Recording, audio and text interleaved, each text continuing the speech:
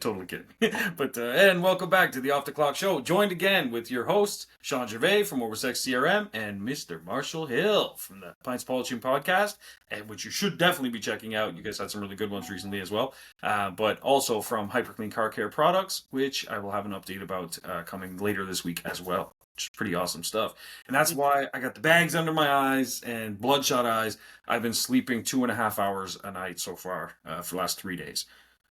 It's been a whirlwind, but it's good. My Airbnb's almost done. Literally, I have two more things to do. I'm doing them tonight and tomorrow. One of them's hanging a TV, easy work, and then the other one I'm going to be doing vinyl on the upstairs window, putting that bitch for rent, and I'm done. I'm very, very, very excited for it, which is pretty cool.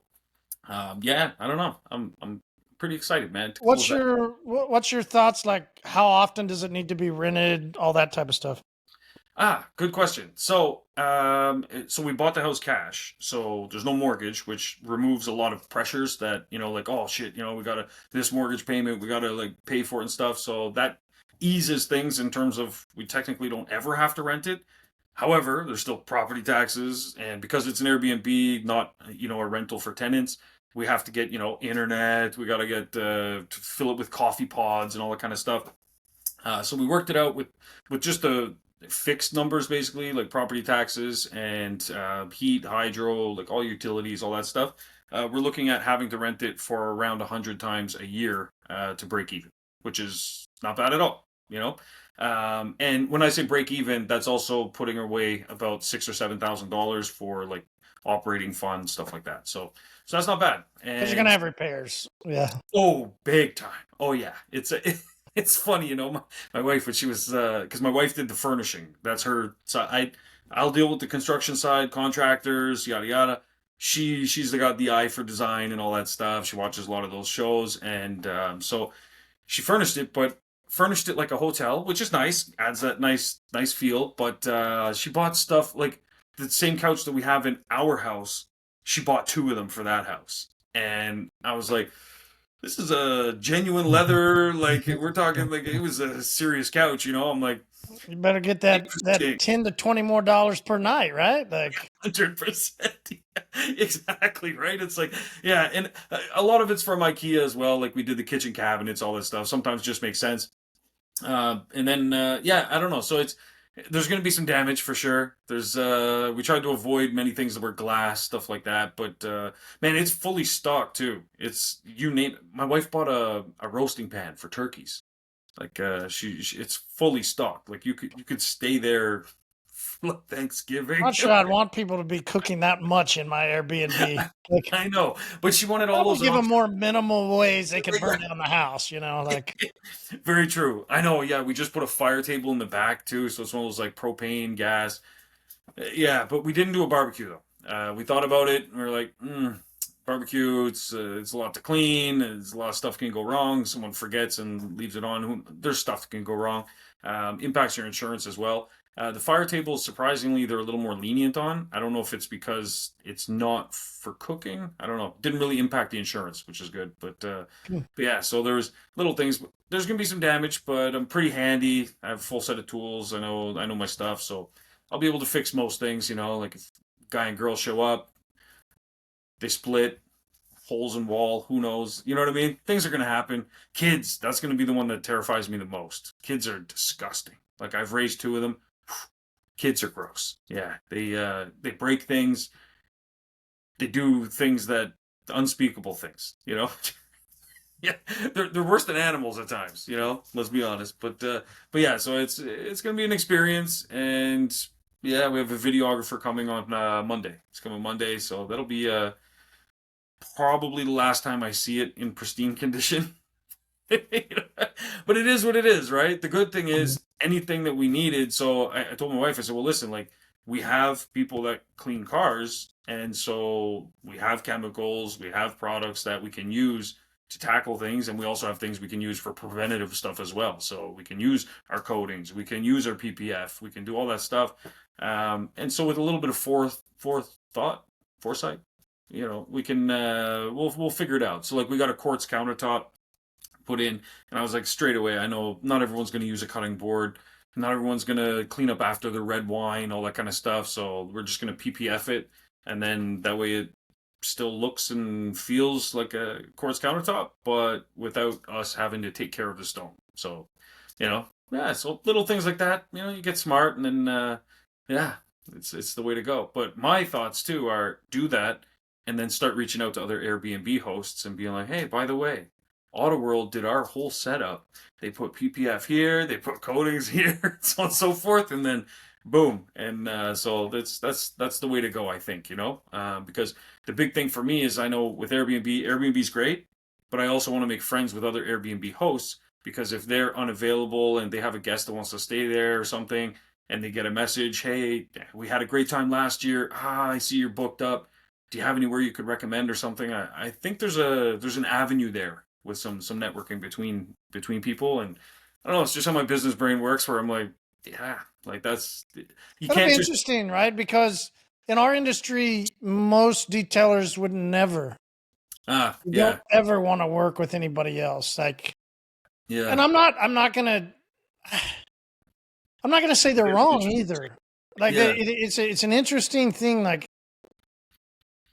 I think I'm gonna say I'm not sure they're wrong because there's so many shady people in our industry, you know, and you just go, I wonder how many people just do it out of pure defense. Like ah, yeah. I just want to keep these walls. I used to say go work and do, have a relationship with other people, but I don't know if you should anymore. I don't know. It's funny you say that, because so I have always been the same way. I've been like, work with everyone you can. Don't see them as competition. See them as this Yeah. and that. But I think that when that's just kind of made as a blanket statement, it falls apart pretty quick because it's like most of them are exactly what you described. So we've been approached by several recently that I don't know how they got into detailing or what they think they're doing, but their extractor is homemade to start with. They showed us their method, and they've got like a foam cannon hooked up to this thing, hooked up to this thing. Anyway, they've got something going on, little stuff like that, and I just look at it and I'm like, ooh, I don't really know how we could work together here. You're going to cause more damage for our reputation than any benefits we could get if we work together. So I used to be the same as you mentioned before, where it's like, yeah, work with everybody you can. Now we've become a lot more choosy, and Mhm. so I still think there's massive opportunities with networking, massive, massive, massive. But I think you just have to cherry pick who it is, and it's quality, not quantity. I think And that's the real quality people aren't going to want to work with a lot of other people. this is very true, and that's where usually we have to branch out other industries. They always say, well, there's enough cars on the road. That's where I think I'm realizing this, and I'm wanting to flip this moment, right? Because I always was that same. Like, yeah, we refer over to so and so, and no problem working with so and so. Like, I think and maybe that's just age and wisdom, or maybe Mm, it's social media showing me really the mm, reality of who's out there. And when you can see people post in other groups, when you can watch what they're doing online, when you can see their photos, see who they are, you wonder if you want to really be guilty by association.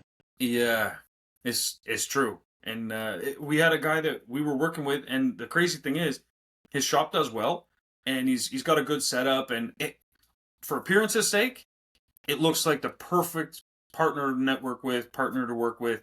Everything looks great. During COVID and during our recent elections, listen, I'm okay with people having very strong opinions on things, and I really have no dog in the fight one way or the other. Believe what you believe, vote for who you want to vote for, think what you want to think, do your thing. There's certain people though that take this as if like this is the hill I'm gonna die on, and their mission is, and I started to see that they were going on the attack mode. So I started seeing their name pop up a lot more, and they were even doing it with customers on their business page, arguing with them about this and that, and some of the stuff that was said, I was like, holy. And you can't do anything but watch because you're like, well, we were working with this person. And then you look and you're like, geez, I don't know what they're going through, what they went through, or whatever. But Mhm. you start to look at that and you say, okay, so if I'm going to take one of our customers that we have a very good relationship with, we spent a lot of time, energy, and money curating a relationship with this person, I'm going to ship them down there to go get something done. And what kind of experience they're going to have, they probably won't even tell me. They'll just be like, you know what? That's who you're associating with? Got it. It, Like it's, and it's a tricky eh, line because people will call in and say, "Hey, I need a mm, quote on a full detail." yeah. Okay. Well, I talked to so and so down the street. Their prices are such and such. Mm, Right? yeah. That does We happen. we've Yeah. we've been there. We've all Yeah. been there. Yeah. Um, this isn't about what to say. Talking about that. This is that moment. Yeah. Do you take the business or do you don't take the business? Mm, Right? You're in it with that's, the guy or are yeah. you not? Right? This is where I really wonder. And so the other side is, do you want to be considered competition to them, Mm, or do you want them to be in their own world and you're in a different world? yeah. Yeah. Yeah. Let's play that out a little bit more. Yeah. Do you want to be known as a detailer, or do you want to be known as somebody who's in car care? Mm, Do you want to be known as a detailer, or do you want to be known as somebody who's in automotive? yeah. For Why me, would it's you be concerned about that? Because if you look at so many people that throw themselves and name like, do you want to be known as an entrepreneur? I mm, didn't think you do anymore. I mean, the amount yeah. of people that put entrepreneur on their Yeah. social media It's is watered down now. It's lost its, yeah. the newest what content creator. Like people that put that as their profile, and you just go, Yeah. I mean, do you really want to be associated in the same category as all these other buffoons? It's true. For me, it's like when I see someone say, because I get this all the time. People reach out to OrbisX. Hey, I used to, be a detailer, and now I'm a business coach, and I'm going to be doing this and Man, that. business coaches. I know, and so that term too, yeah, the business coach Mhm. thing, or I'm going to be an auto mentor, and Mhm. this and that. I'm like, oh boy, yeah, it's one of those things where it used to be like, oh wow, you're a business coach. That's What would you amazing. charge? If somebody said, Shawn, I want you to coach me in business. Maybe a listener, right? A Okay. listener says, Shawn, I've listened for a while. I really just need some more one-on-one time.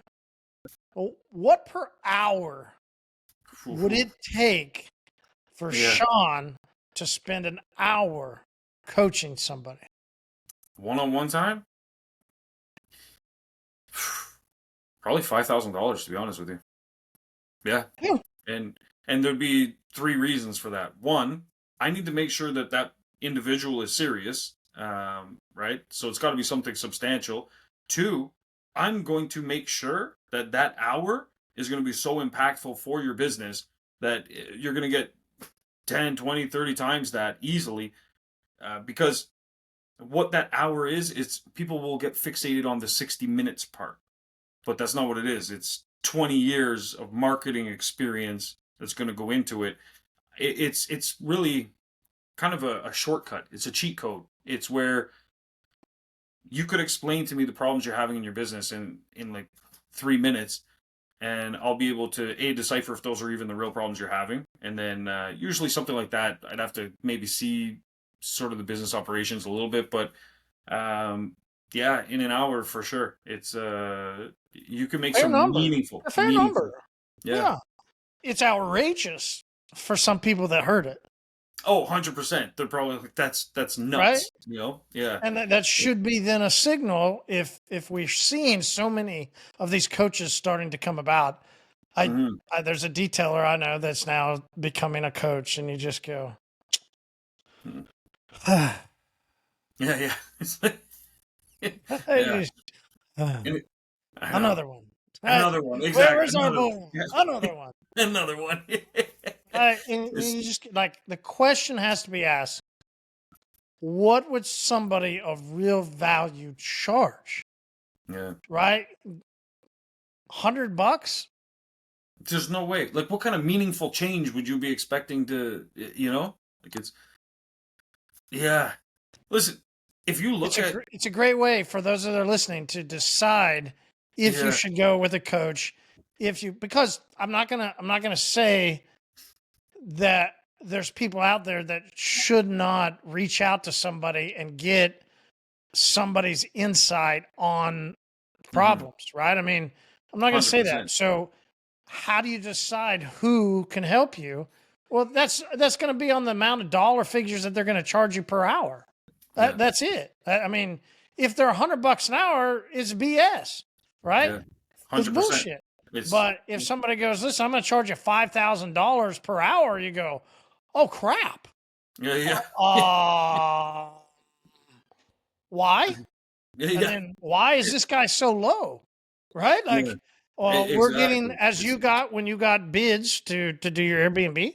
You know, we're Yeah, taking bids on some repaints inside of my house, yeah, and there's some bids that come in, and you go, how'd you get to that number? I just, yeah, just want to talk through it, yeah, yeah. and then you see some guys way down here, and you go, yeah, I get why they bid that because once they were here, like, yeah, I could totally understand. They were like, eh, Yeah.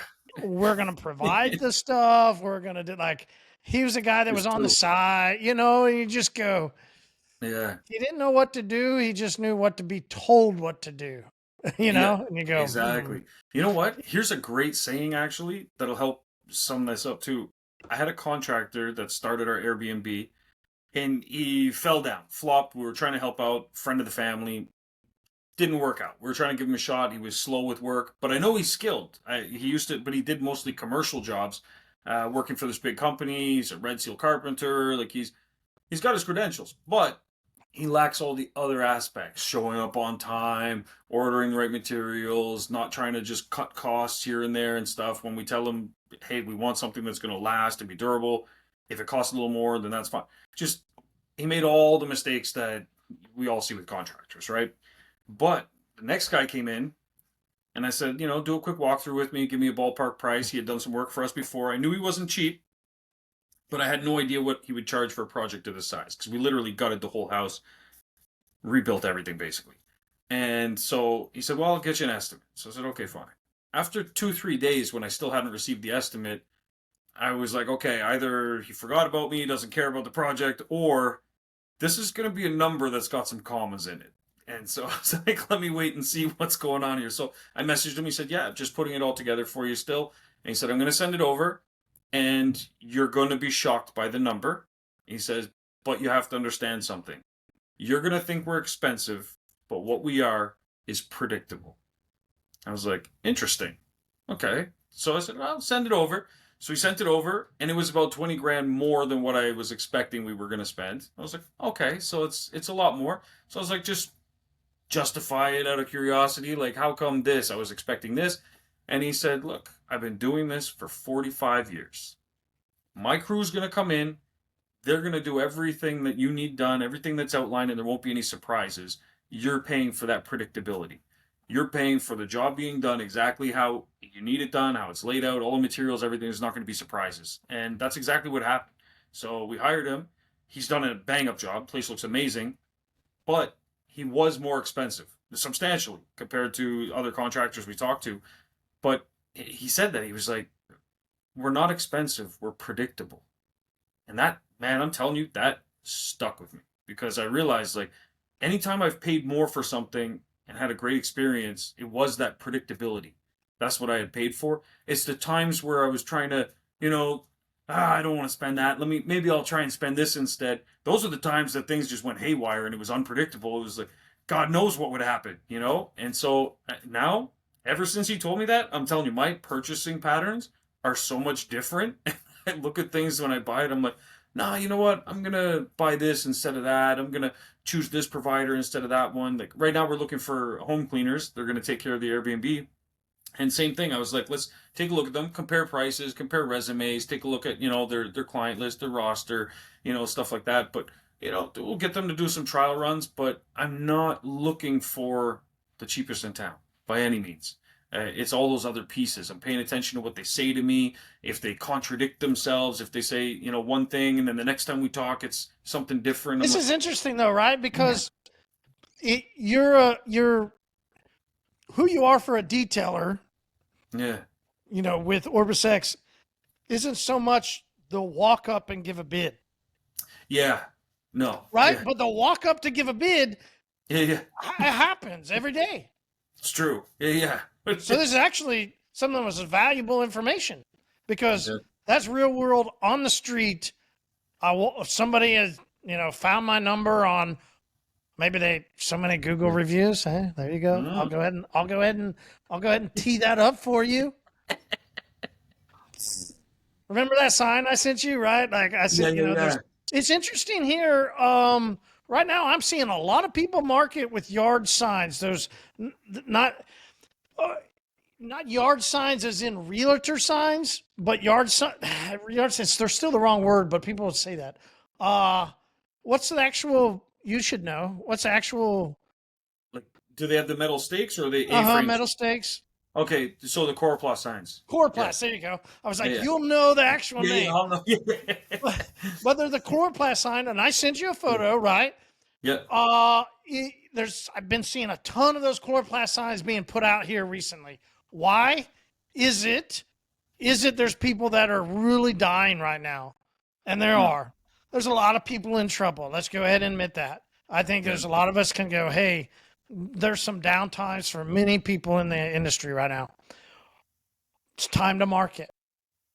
Is that a valuable form of marketing to put a chloroplast sign on a street? I got 5-star Google reviews. I got my number. I got this. And you just go, should I have spent my money that way? I don't know. I don't know. I It don't is, think it is. so. Yeah, I don't think so. And I know people argue, especially me. Like, I'm a marketer at heart, and I still have my marketing company, and we focus on other forms of marketing. So even, you know what? I'll use my own shop as an example. I was just there Friday. We had a team meeting, and I told you before we started the whole situation with my washing machine. I'll get into that another time. But we had a meeting, and I said, guys, we're going to try something. So I'm really trying to get them to focus on new upsells. Because if it's always the same upsells that you're every time customers come in, because we're big on repeat customers, so every time they come in, you either A, run out of upsells that you can, like, if we've already seen this vehicle and we've already PPF'd it, well, there goes that upsell. If we've already tinted it, there goes that upsell. Like, eventually you start the list gets a little smaller. So I said, guys, we need some fresh ideas, new upsells. And I said, I want us to try something. I said, I'm going to literally turn off all of our ads. We're going to do zero ad spend and we're going to try it out for 2, maybe 3 months, right? Because I need them to focus on our existing customer list. So what we're calling this period is the boomerang period, because just like a boomerang, you throw it out there and it comes back, right? So all of our existing customer database, like, we've got over 14,000 customers in our database. And so it's like, guys, without any fresh blood, there should be enough business just in that pool alone, working with upsells, maintenance packages, all that kind of stuff. And yes, I know we have a good process in place and we're still closing maintenance details and we're still upselling, but I think we could do more. I think there's more lemons to be squeezed. And so we're gonna test it out. And I think that it's a good opportunity to refine a lot of those processes, get the creative juices flowing for upsells. Personally, I think that anyone that's going through a tough time, it depends on what end of the spectrum you're in. If you just started out and you don't have a large client database, then I would say yes, you have to do other forms of external marketing. But if you've been in business for, let's say you started 2019, like those guys we've talked about, and you came in during the gold rush, and now things are slowing down, they're drying up for you, you should by now have a decent client base. You should have a ton of clients that you haven't spoken to in some time. And the reason you haven't spoken to them is because for the last couple of years, like, we've just had customers calling us. They've just been flooding in, right? So if you don't have that onslaught, that stream of customers, the salmon just swimming right into the mouth of the bear, if that's gone, well, you got to work your list. And so I think that that's a much better use of time. And so whatever money you were going to spend on yard signs, putting them out there with a hope and a prayer, I think you're better off to put that money into incentives for your staff and say, hey guys, this is what you got to do. And if you're a solopreneur, then invest in yourself instead. And maybe give yourself bonuses. Say, hey, what's something I really wanted? Oh, I want those new shoes or something like that. So, okay, I'm not getting those new shoes until I close this many deals, until I talk to this many customers. Like, it's okay to incentivize yourself as well. And there's a reason why in every organization, everybody hates the sales guys because they're the ones that are overcompensated. They're the ones that are highest paid in most organizations because they're the ones that eat shit all day. There's the ones that call, they get rejected constantly. They're the ones that have to basically work for free for a lot of their hours. You know, even if they're getting salary, it's usually, you know, base plus commission. Base is going to be really low. So they're relying on those commissions. And imagine just door after door slammed in your face. It's grueling. So yeah, they get paid the most. But you got to put that work in. And so if you're not that type, that's where you've got to start looking at, okay, I got to do other forms of marketing. But if you're not good at sales and you can acknowledge that, what makes you think that you're going to now be like a marketing wizard with a coroplast sign that you're going to put out in the middle of the median? The pieces don't add up. If you can't call a customer right now and close them on something, don't do yard signs on your own. Do not go off script. You have to retain the services of professionals in that case. Is it going to be the guy that charges you $100 a month and I'm going to take care of all your SEO and stuff? Nope, it's not that guy.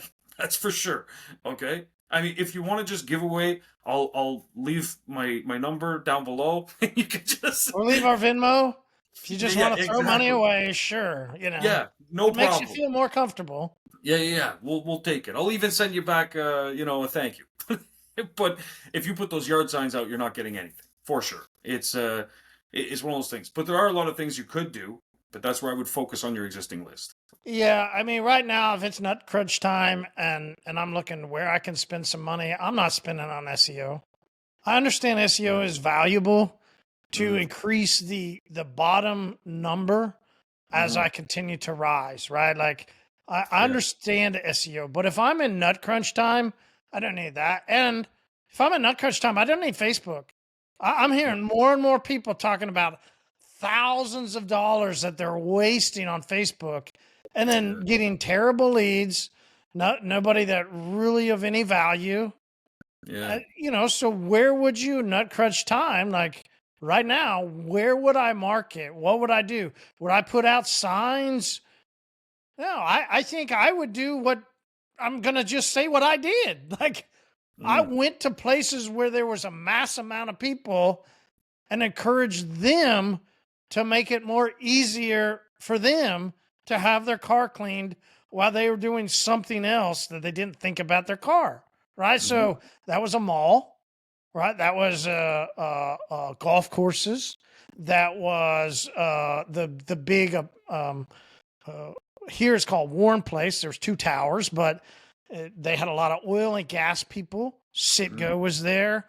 This was a bunch, like a lot of, you guys have them, right? Yeah. How can you go into this 20-story, then they had this other one, another 20-story building that has a bunch of tenants and sell them your detailing service? It's we wash while you work. Yeah. Okay? That's not a hard close. It doesn't need heavy, intense marketing. Yeah. It's 100%. we have all the things that you guys need: proper insurance, proper certifications. Yep. For all of you that love that word.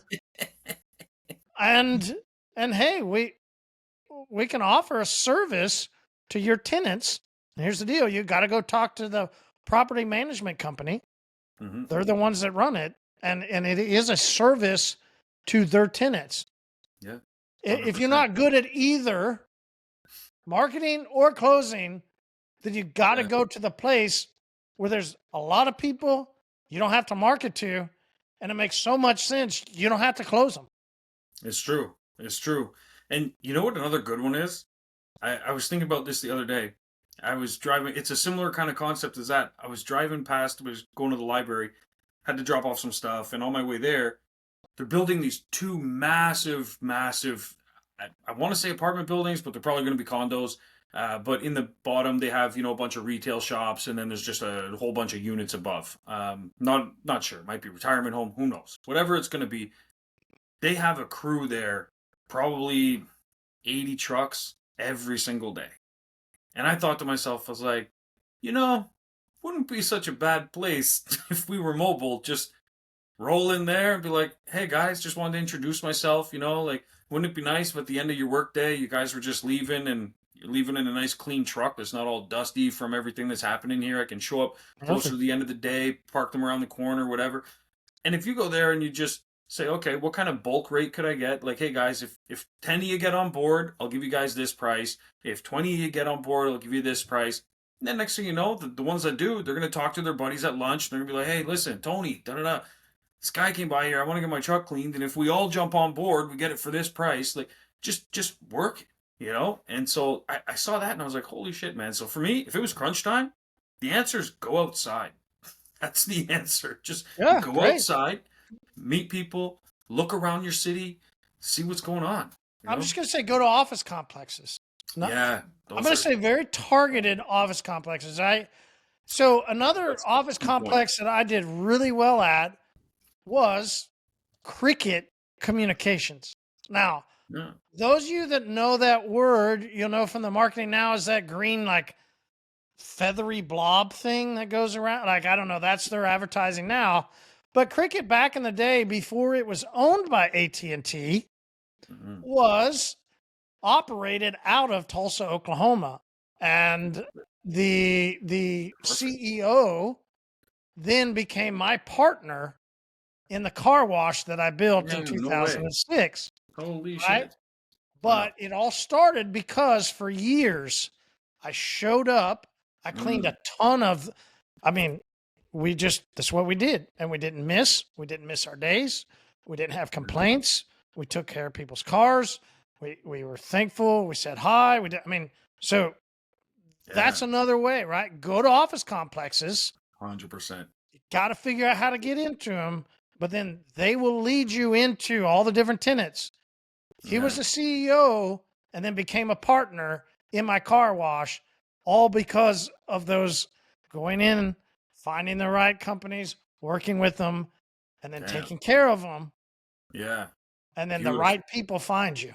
Yeah. See, that's perfect. And you know what? That makes me think too, because so virtual office space, we have a ton of them here. It's like, anywhere there's like tech hubs, those ones where they have, I don't know. It's a the company. Young entrepreneurs, right? They don't want to rent a place. They don't want to be old school. Exactly. They just want to share. And I used to go to this guy that would teach some stuff, and like they would have me come and speak, and it was at this one of those places here. It was like shared office. Yeah, and they had all these different like lobby area, and then like there's like they even had who was that guy coming around for a while? The guy that created AOL. He created something else, and it was this road to something. He was going around trying to get entrepreneurs to he almost had his own Shark Tank. Okay. But he came to there, and I heard him speak there. Yeah, so there's a couple of them that are around here. Yeah. Yeah, and those things are great because there's always a turnover, too, of businesses that are in there, number one. Number two, you can actually join those things pretty cheap, and then you get your name on their You can learn some stuff. Yeah, 100%. And then next thing you know, you're listed in their directory, and then people are like, oh, look, wow, there's such and such detailing here and stuff. Oh, good idea. Good way to get your foot in the door. I don't think anybody's ever thought of that. Yeah, I don't think so. See, there we go. Hey, that's what you get. That's what you get for $5,000 an hour. That's.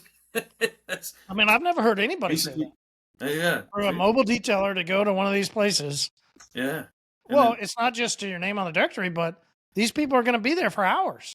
Oh, 100%. So you're detailing while they're there, and a lot of these people are business professionals that their appearance makes a difference. Bingo. Now, what do you use? Perfect. There's the trick. I don't know if the mobile detailer with the big trailer, at least here, it's hard to find, because the ones that are here are downtown. They're in more tight areas. Yeah. I don't know if you're going to be able to do the traditional wash unless you get the keys and you move the car. right? Yeah, yeah, If yeah. you move the car and you got all that, you can move the car down the way a little bit, no problem. Or that's a great time to use a rinseless and waterless. It is 100%. a wonderful Perfect. time to use it. Perfect time. Absolutely. And there's a lot of other, like in terms of you don't need a full extractor, for example, for a lot of these cleans. Like just, No, don't ever. Yeah, great you point. know, You yeah, won't ever offer that level of detail. No, exactly. no, No, never. You don't want to get stuck for that long in somebody's mess. exactly. If they have that mess, you get them scheduled for an appointment And they'll later. come to your house and then that's, Exactly. But when yeah, you're yeah, yeah. there, you got wash and vac. W- Exactly. Wash, vac, and protect. I Yeah, mean, exactly. that's about it. Wash, vac, and mini detail, maybe. Like Yeah, yeah. mini, And like where that's about it. you're Yeah, when just we say cleaning mini, a bit mini, more. mini, Like mini.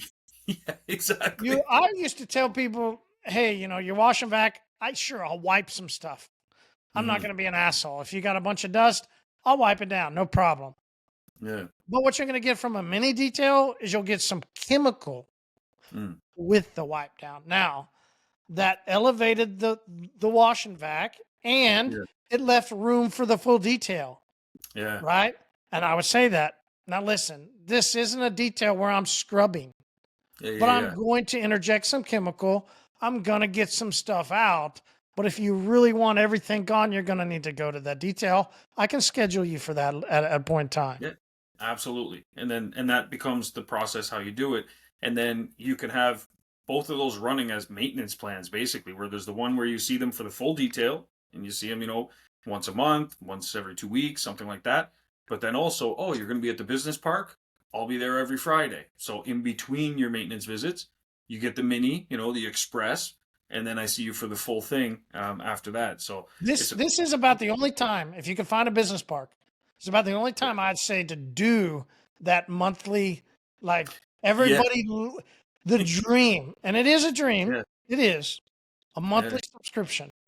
yeah, yeah. And if you could get somebody in an office park, I bet you could get a subscription. I bet you could. 100%. Yeah, yeah, 100%. Man, because I know there's one. I don't know, maybe it's like 5-10 minutes from our shop that just opened up. They have 6 boardrooms, I think. It's a nice one. They're calling it something think tank or something. It's like one of those, like they're trying to be all like hip and edgy and stuff. It's where like all the tech guys go and stuff. But you look at that and it's like, because I know we had to drop something off there and there was like 6 receptionists or something. Like, it was like I was looking, I was like, holy shit. From the outside, I didn't think it was like that big a deal, but I was like, 6 receptionists. And then I looked around and I saw all these boardrooms and stuff like that. My sound is off. No, I got Again. background noise. Shoot. Let me That see. fan or something, that noise we had. Uh, the cancellation's on. Not sure. We'll see if it goes away. You want me to talk louder? No, still, eh? Go ahead, talk louder. Yeah. Talk louder. So what But I was remember saying is, what happened last time, right? At the end of the episode, they said yeah, they couldn't hear you. yeah, that's I don't know what happened. The strange thing is this: so I exported it, and my voice was still there though. Oh. But it was funny when I first exported it and I watched it back. It was literally just you sitting there, and you're like, uh huh, Yeah, well, hopefully they and there don't was hear what I'm nothing. hearing. Yeah, I yeah. just hear Oh that shoot. wind tunnel again. Like when you don't speak, I hear like a fan or something. Oh shoot. Only when I'm not speaking. Okay, I'll keep speaking, but just don't stop, don't stop, don't stop. But yeah, I don't know. So I exported it again because I checked it on Riverside and all the audio was there, everything. So something must have happened when exporting, and it just exported video and audio, but missed like a section. So I just re-exported it, and life was good. But so far, to be honest, Riverside's been pretty good though. It's got some cool AI tools in it and stuff like that. Yeah, I don't know. I've been happy with it. But so okay, I got to talk about this post real quick because Let's do saw it. something that grinded my gears. So I saw Ooh. a guy, and his first post was a good post, I think. Well, they were It was grinding, but in the wrong way. yeah, yeah, yeah, yeah, yeah, exactly. They Look were back mountain type of way, huh? yeah, yeah. Jesus. Well, Jesus. Now you threw me off my train of thought. Oh yeah. So Jesus. So it was a goal post That was his first thing. Because this is 2 posts. First post, goal post. And so it's like, okay, I like goal posts sometimes where it's like, these are the numbers I'm doing. This Oh, is my okay. goal for next year. This is what I would like to do. What are the Listen, steps to get football's there? back in fantasy football. My draft is in 2 days. So All go I heard was goalpost, and I was like, goalpost, like fair, fair, goalpost, fair. like what?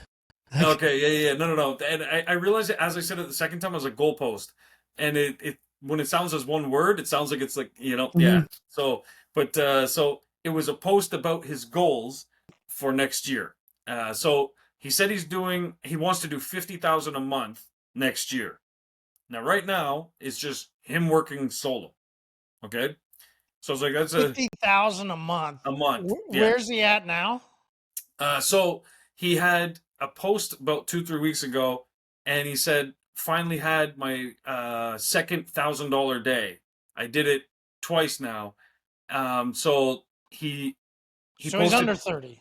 Oh yeah, he posted for the month, and he's at 16. Okay,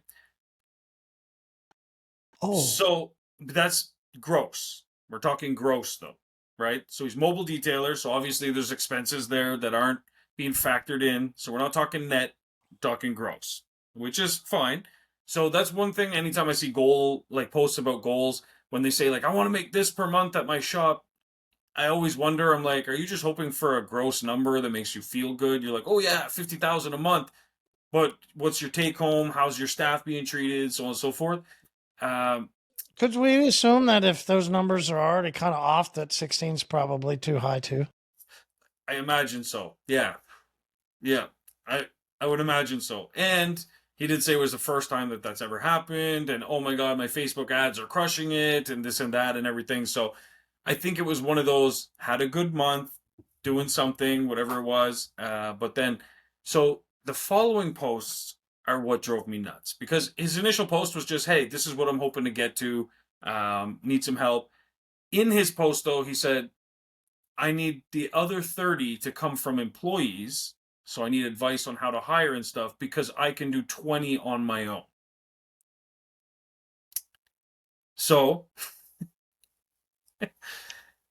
the first thing that crossed my mind was if you can already do 20 on your own, okay, when you start managing employees and everything like that, your productivity will inevitably go down. So I'm assuming to do 20, you're having to work around the clock, which was later confirmed when he said, I've been doing 6 days a week. And then I just ramped it up. I did 30 days of straight work, no breaks. Okay. And said, I usually don't feel tired in the mornings. I don't feel tired till the third detail. And he said, but today, for some reason, I'm not feeling myself and I feel exhausted and stuff. And I'm like, no It shit. happens. It happens. Yeah. I It's. specifically remember the moment that I was Mhm, cleaning a lower rocker panel mhm. and I felt my back. I Oh, was shit. at that place that I just talked about, Warren Place. I was Oh, there. damn. I And then that's remember like, specifically going, holy shit. man, I love everything I'm doing. Yeah. I know I can't do this the rest of my life. Damn. Yeah, yeah. We all That's a have that hard moment. moment, right? Yeah. It's a Mm. hard moment. Most of Yep. us really want to get to a place where we go, man, I would love to do this over and over and over. Yeah. And I was super happy, Yeah. But then you have right? that moment. Foretel now to where I had full spinal stenosis. Jeez. 80% of my body went numb. I mean, I'm Yeah. regrowing my body. And it's like, imagine doing that while Well, doing imagine what if I this guy's never doing. got out Oh, of the shit. manual side, right? I Yeah. mean, I Jesus. went back and forth from everything. So I Yeah. didn't mean to go off into me. I just go, hey, Yeah. my guy, Yeah. any of Like, you in your 20s? I talked to yeah. some guy last week that was in his 30s, and I go, listen, something happens when you get in your 40s. 100%. We can all love what we're doing. We Yeah. can. But there has to be a thought process of what does it look like moving Yeah. forward? Like, how do I do this? How do I do Exactly. what I love? How do I wake up every day doing what I love? How do I do that? Yeah. In my 20s, I could do it. It's a lot easier when your body can recuperate like you're an X-Men or something, you know? It's but yeah, in your 30s starts to change a bit, your 40s 100%. And I think also um it's a smart plan to start to think about how could I not do this in my 40s if you're in your 20s. And if you're in your 30s, same thing. It's just tighter deadline. But I think the reason is, well, there's a few reasons, but you never know when you're going to get sick, when you're going to get injured, when you're just going to naturally just slow down, when you're going to start to hate doing it. You know what I mean? So like when you hire employees, you take a lot of that load off, or when you switch gears into a different position, so on and so forth. But I think, like me, I would have rather seen a post where instead of just, oh, I'm hoping I can get to 50,000 a month. How do you guys scale to get employees so that I can stop doing so much of that day to day required stuff and focus more on operations and growth and optimization and so on and so forth? Those to me are real goals of an entrepreneur versus the actual fixed dollar amount. Because to me, I understand that with increased labor, I'm going to have increased numbers as well. Most times, obviously onboarding staff, you'll spend a little more in the beginning, but you should be getting higher and higher growth numbers and hitting new targets.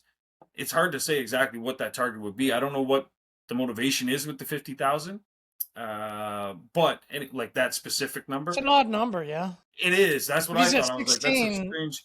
Yeah, I he could get must to be. 20 on my own. He must be talking to a business coach.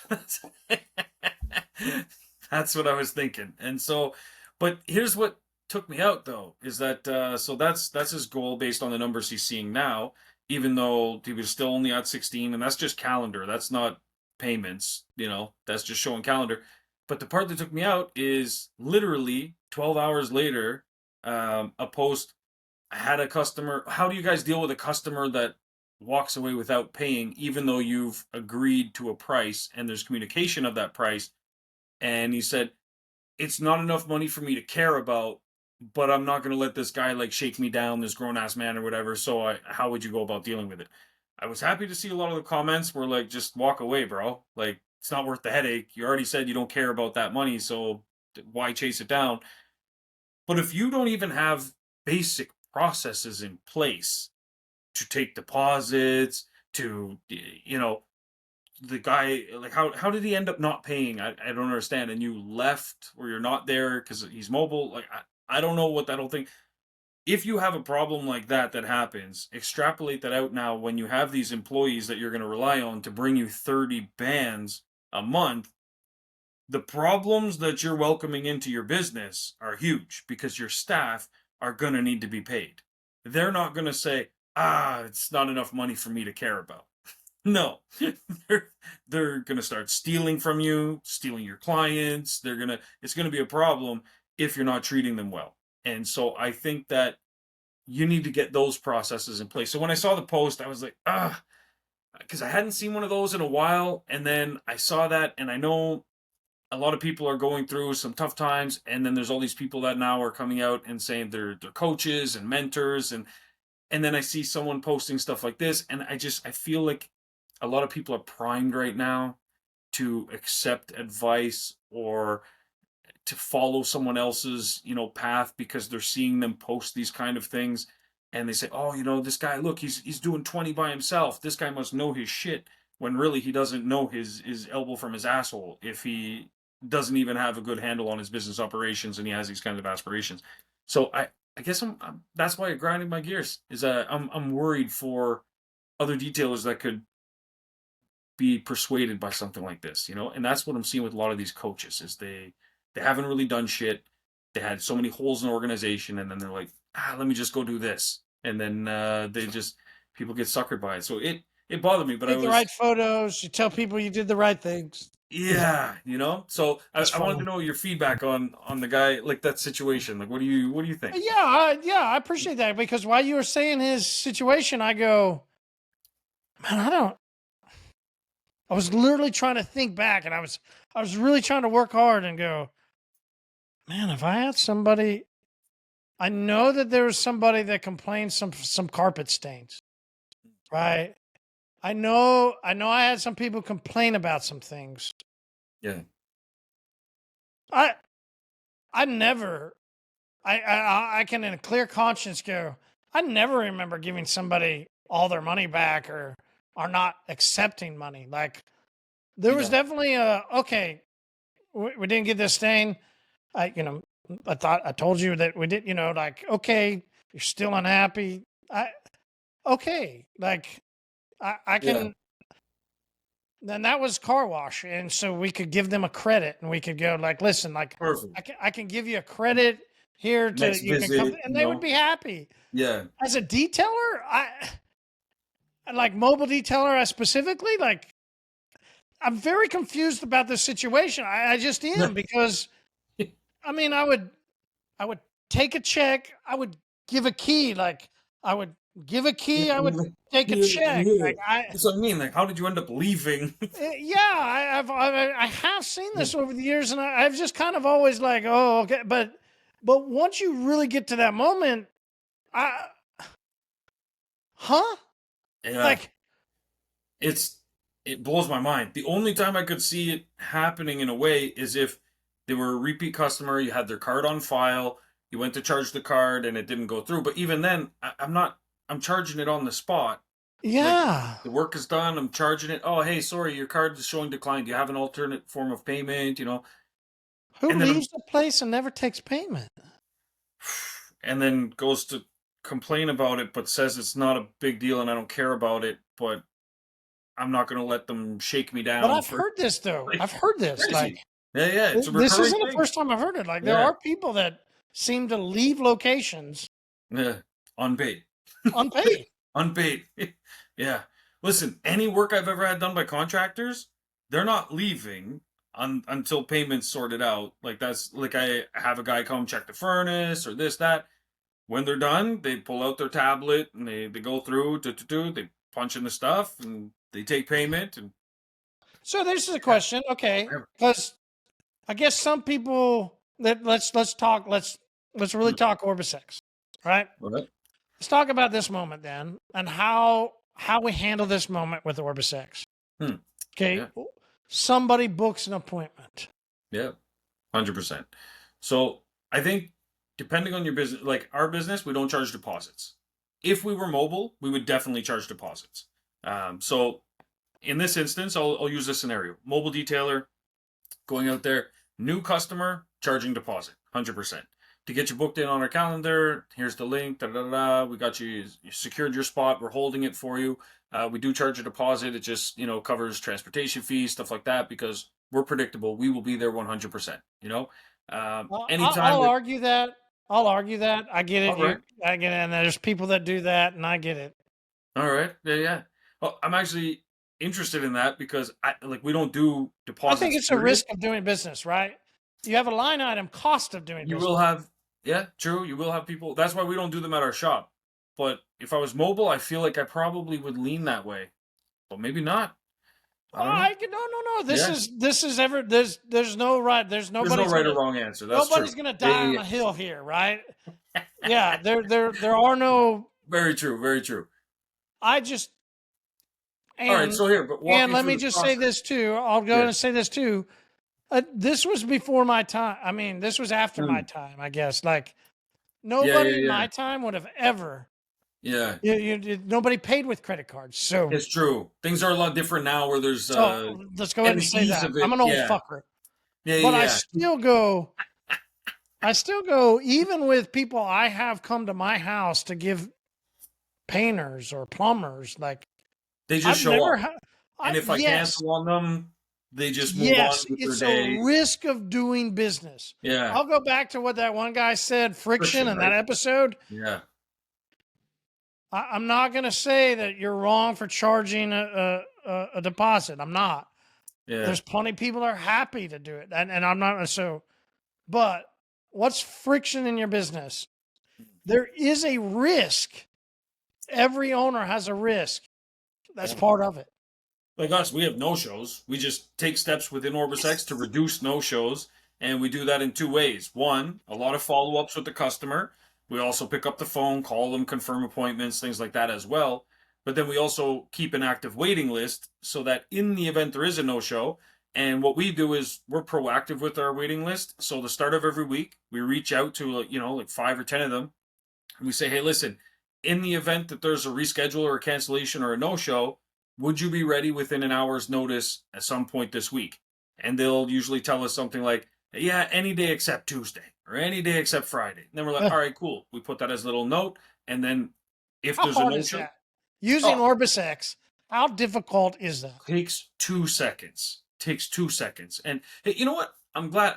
Let's touch on that real quick because something I get a lot is where people say, like, oh, is there any way that we could automate that so that the customer just puts that in and I don't have to do anything? And Fair it's like, question. yeah.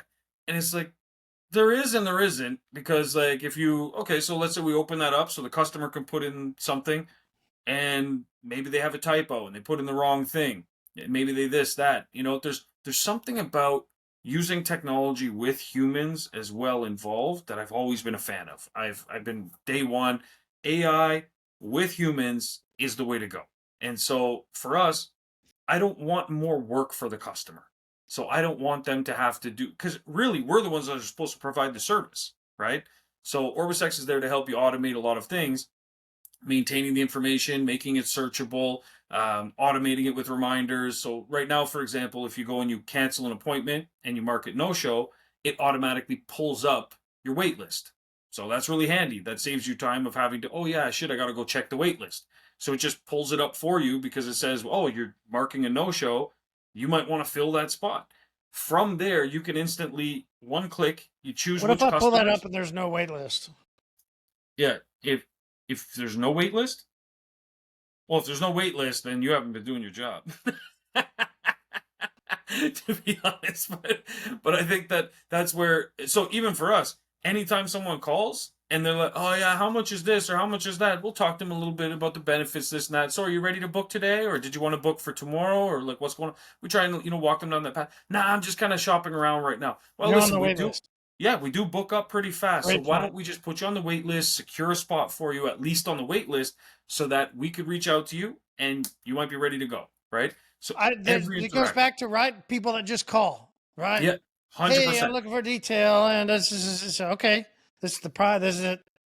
Hey, there's no Yeah, obligation, but let me go ahead and get your dot dot dot.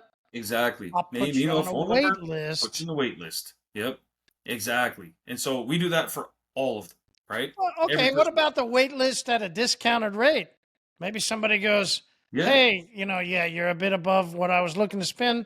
Okay, yeah, I'm not gonna be the proponent of discounts, yeah. but you got somebody that bailed on an appointment, and you got somebody that goes, "Listen, Fill the spot.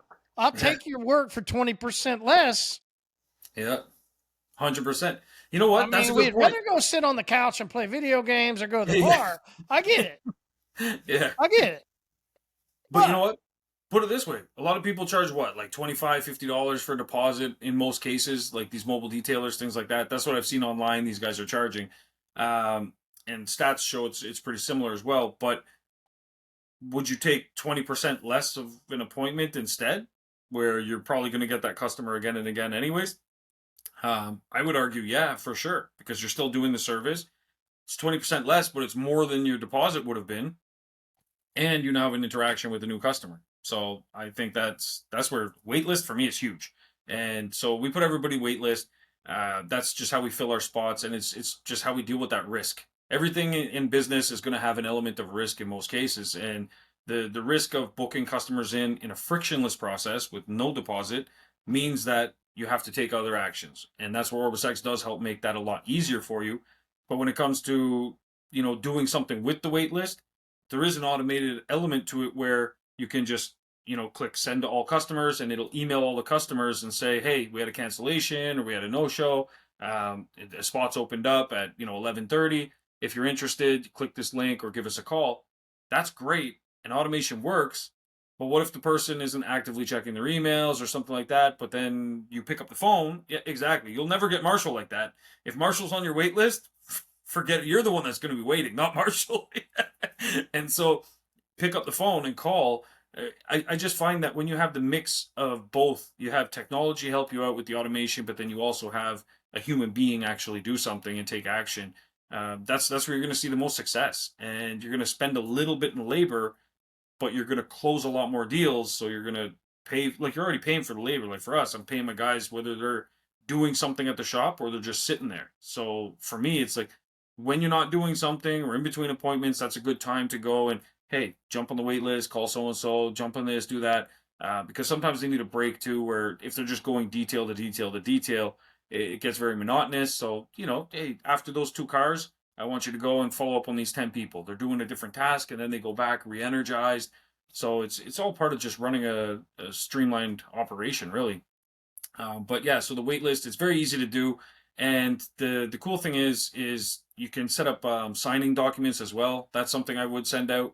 It in a way adds some friction, but it depends on how you do it. So what we usually do is we send something out acknowledging to the customer that we're going to arrive on time. So this is for our mobile windshield replacements. So for those, we'll say like we're going to arrive on time. We're going to inspect the vehicle with you. This and that. We're not responsible for any damage that was pre-existing, so on and so forth. And then we also specify in there that once the vehicle is finished, we do require payment on site. We do accept these forms of payment, so on and so forth. That goes out to them, and they sign it prior to their appointment. So there's ways of you doing this where it's like seems like it's to their benefit, but it's also to your benefit. So it's a way of having those documents so that when time comes and it's like, hey, we just finished installing your windshield and now it's time to pay. Oh, I thought I could just pay in a couple days or something. I could send you something later. No, no, no, no. We do send out a document that goes, you had signed it. We do require payment before we leave. That way, the whole transaction is complete and your warranty starts right away, and so on and so forth. Like there's ways of doing things, and so it's all possible within OrbisX, and it's really easy to do. And you can remove friction. You can optimize friction that does exist, and so that it benefits you and the customer. And at the same time, you can reduce any risk that you have with people not paying, not showing up, these kinds of things. So it's really the tool that you would need in today's day and age. For 2025 and going into 2026, this is pretty much the only tool you're going to need aside from your staff. And you can hit those numbers. You could hit 50,000, 100%. But you got to get those SOPs in place first. Those operating procedures are really important. So you can't, if you're saying you can hit 20 on your own, okay, that's great. Congratulations, I guess. But you have to make sure that you are getting paid if you plan on hiring people in particular, because when your staff go out there, you might say right now, to me, it's not enough money to care about. Okay, so we don't know. You didn't say what the price was, whatever it is. Let's just assume, if you're doing 20,000 a month, you said by yourself, let's assume at least $500-600, I imagine, right? If you go per job. So if that's something you want to walk away from when you've got 10 employees and they each do one of those a day, are you comfortable losing $5,000 a day? That's where your problems can kind of explode on you. So yeah, it grinded my gears, but it was a good thing to talk about. I think it opens up some insight and stuff, and yeah, interesting. All right, I want to ask a question. I know we're All right, about to close out, all right, but I want to ask this question from a marketing aspect. all right. Marketing. Love Think A-frame sign it. Okay. and think QR code. Mm-hmm. Join waitlist now. Ooh, yeah. I don't Hell know. I don't know. yeah. Mm. When somebody sees you, is that you walk through the grocery store, you go through any place, Target, any of these places, they have what's called impulse buys, right? They'll walk you through this aisle as you go to the register. It's not just a queue for the line. It's also look at all these other things that you could buy on your way out, right? And depending on which store you go to, depends on how much they display for you to walk as you go through. Oh yeah. True. Right. So is this marketing that's good? Is this marketing that's bad? Is this something that we should do? Right. A-frame sign. Somebody drives by. What should be on that sign? Join wait. I mean, waitlist sounds like you're on demand, I was about to you're say, yeah, you're in demanded, demand. but Yeah. we're in an on demand society. Mm. We'd like to walk through these ends of the lines and just grab stuff. We we don't want to go to the theater. We want to spend the $30 to just buy it on demand. Right? We want to buy it and watch it at our home. Should I have this is I don't have an answer, right? This is why it's such a great, like, quote unquote community discussion, right? Like, love for everybody to chime in. What are their thoughts? Like, join the wait list. It shows that I'm in demand. But it also, It's kind of contradicting to the society we're in, where it's like, I don't want somebody that's commercials. driving by and seeing you, Want the they're gonna movie go, right now. hey, Yeah. I got dirty whatever. I don't want to wait a week. Yeah. The only thing I would say, I would argue in favor of the waitlist side, just from a psychological point of view, because book now, for example, that we see all the time, is very much a commitment. Whereas join our waitlist seems like it's just one step of a conversation. It seems like okay, it's a waitlist. I'm not committing to anything necessarily. I'm on a wait Yeah, I don't list. like They're the going to book reach now out to me. either. It's too Yeah. aggressive. Yeah. I don't want to book now. I just seen you. The hell? I just saw you. Well, it's like we just met at the bar. You want to fuck me in the bathroom? Like, what? Yeah, it's true. Which can be fun. I agree. It's but yeah, I think that's one of those you got to do some A and B testing, and it might even your results you might find vary depending on where the sign is. And I don't mean neighborhood to neighborhood so much as, are you at an event, or are you at a baseball game? You're at the park, for example, and there's a baseball game going on. There's a bunch of kids there, and there's parents in the stands and stuff, and you have something there, and you're washing a car in a tent. Or is it just in a neighborhood on a street? I feel like you'd get very different results from Good those two point. scenarios. Good point. Yeah. That's a great perspective. Yeah. And so to Thanks. meet the people, we got to have different signs. Yep. 100%. God Yeah. damn it, Shawn. I got to buy more than one sign. More than one sign. Absolutely. You know what, though? I can't use this same fishing lure in the exact same, Unfortunately, no. every Yeah. single lake and every pond. I can't use the exact same lure and No, expect to apparently, get big mouth basses I can put on my yeah. wall. I can't do Yeah, that. no, apparently you have to use Oh, different, ad text and Google and Facebook, and I know marketing stuff, that's what the 5,000 an hour is for. But yeah, you know what's cool about the A-frame signs though? They're interchangeable. So you can actually take out the coroplast, pop in a different one, and reuse the metal side. goddamn, Shawn, you're making it too easy now. Too easy. See? Too easy. Same metal. Same thing with yard signs, actually. You just take out the H-frame stake and pop it in another one, and you're good to go. You could do side A, side B, see what happens. Maybe you find traffic from the west is better than the east. There's stuff you can do, So it's, but yeah, I think the waitlist side, I think that can come in handy in a lot of scenarios. And I think you know what? Good case in point, and I'll close out on this, is that Saturday, I went to a national dance championship, which was pretty awesome. Yeah, I knew you were gonna make that face. And so, hear me out. It was As a participant? No, I'm not that good. 2 left feet, but no, yeah, I wish. But man, these guys were good. Well, they're professionals, obviously. It's national championships. So anyway, OrbisX member. You said these guys. So you spent how many Yeah. hours watching dudes dance? No, dudes and women. Yeah, dudes and women. Yeah, exactly. Jesus. Wait, my wife's listening. I was fixated on the guys. No, I don't know if that's any my better. wife's listening. My wife's listening. But no, so it was amazing, actually. Got tickets for free, sat up front. Guess who was at the table right behind me? The Brokeback Mountain producer. guy? I mean, what do you? I don't know. The You're staring at producer- dudes. I'm not sure. Yes. Jesus Christ! You're not throwing me off this time. The producer of So You Think You Can Dance, sitting right behind me, pretty amazing. Whole room full of pretty much high net worth individuals. Whole room. It's not a cheap sport. Sport. I don't know if you call it that. I don't know what you call it. What do you call professional dancing? Activity? Entertainment? Entertainment, I guess. Yeah.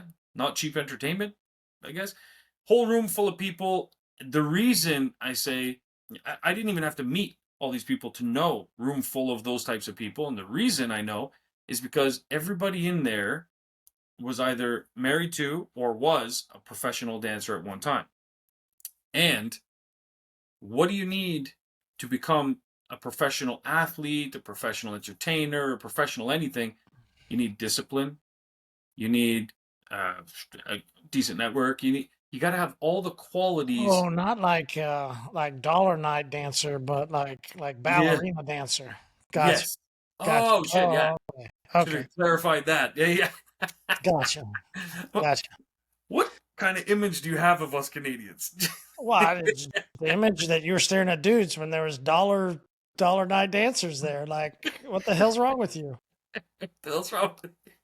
Jesus, thanks. Yeah, this was a very clean, wholesome event. Thank you. And yeah, but it was actually awesome. So he's an OrbisX member. He's in Toronto, and he's looking to franchise out his business right now. So he said, "Listen, I want to meet you. I watched the episodes. I love all the conversations you guys have." And so his name's Valentin. Valentin, thanks for the tickets, man. It was amazing. So talking with him though, we were going back and forth, sharing all kinds of ideas, everything's like that, on how he can accomplish his goal of basically franchising out, setting up the systems and all that across to standardize everything, basically. But we're talking, and I'm looking around this room, and I'm like, holy shit, man, this is like the perfect crowd, literally to network with and stuff like that. And so you look at something like that, and would those people react well to like, hey, book now? Or would they be like, oh, hey, by the way, yeah, I'm in this neck of the woods, this day to this day, but the best thing you could do is just join our wait list, something like that. Like it's got that different finesse to it. And I think it's one of those things where like different crowds, and that's what I was explaining to him. I said, man, you're in the perfect industry for yourself. Like he's one of the organizers now. He's retired professional champion. And I said, listen, man, like franchising out is going to be perfect. And with your network of people, you're going to crush it because you're going after that right demographic. You can do quality instead of quantity, and have people that are for the most part going to be.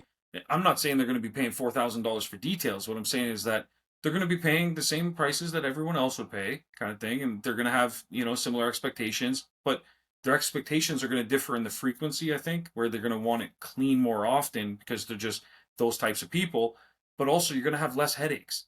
And I tell you what, he's never going to have to go on Facebook and post about one of these guys that just, how do you deal with a customer that just didn't want to pay their bill? It's not going to happen. So you're going to now run a business where hiring and maintaining staff is going to be easier.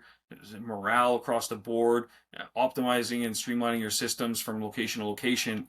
It's just there because he's not attracting, like you always say, if you see flies, then, it's Your probably got, marketing's a pile of shit. yeah, exactly. That's $100 an hour. That's what you got. That's so that's the difference. And so yeah, he's gonna do really well. And we had fun. We had a blast. It was nice. And yeah, I think that that's the kind of clients you want though. Is that echelon of person. That's what you're looking for when you're trying to figure them out. And so use OrbisX, add people to the wait list, label them, tag them so that you can send out messages to that specific group of people. Get ready to fire 20% of your client base. Get rid of the flies and focus on the good ones, and you won't have to make posts about someone not paying their bill, and life will be good. See, now unfortunately that guy doesn't have access to all the right tools, and that's why he's making that post. He's using the other guys, and that's why he's not going to hit his goal. But people like Valentin will far surpass him, and that's just the way it goes. Hey, so I had a conversation with somebody that recently joined. Oh, all They right. were of that elephant in the room and have moved over. So Very nice. congratulations. As other people have said, I seen inside of your group, more and more people go, I'd listen, I want to know if you're Scrooge McDuck swimming in all that gold, right? Like, anybody remember that show? Anybody? That dates me. Of other things that date me, that's a big one that dates me. Oh, yeah. Yeah, that's DuckTales. true. Yeah, but how long ago was it? Oh shit! Wait. DuckTales? Goddamn, DuckTales was Holy the shit! Yeah, 90s. if I think about, Yeah. But right, I mean that does that opening happen to you monologue. I still? mean, he goes swimming, he jumps in his gold, and he's swimming Yeah, around the like big pool. Scrooge Yeah. McDuck. Yeah, Holy shit! Wait, I gotta look up the date. I don't know. This has been happening to me recently I used to where love that cartoon though. It was a great Jesus. cartoon. Oh yeah. Me, I, Mhm. I, I tell my daughter things now and I'm like, oh yeah, such as have you not seen such and such? She's like, no, daddy, that was from like the 90s. I'm like, yeah, that wasn't that long ago. And I keep forgetting. It's like, no, holy shit. It's yeah, it's crazy. Like Hey, when cut back on that white girl, okay? yeah,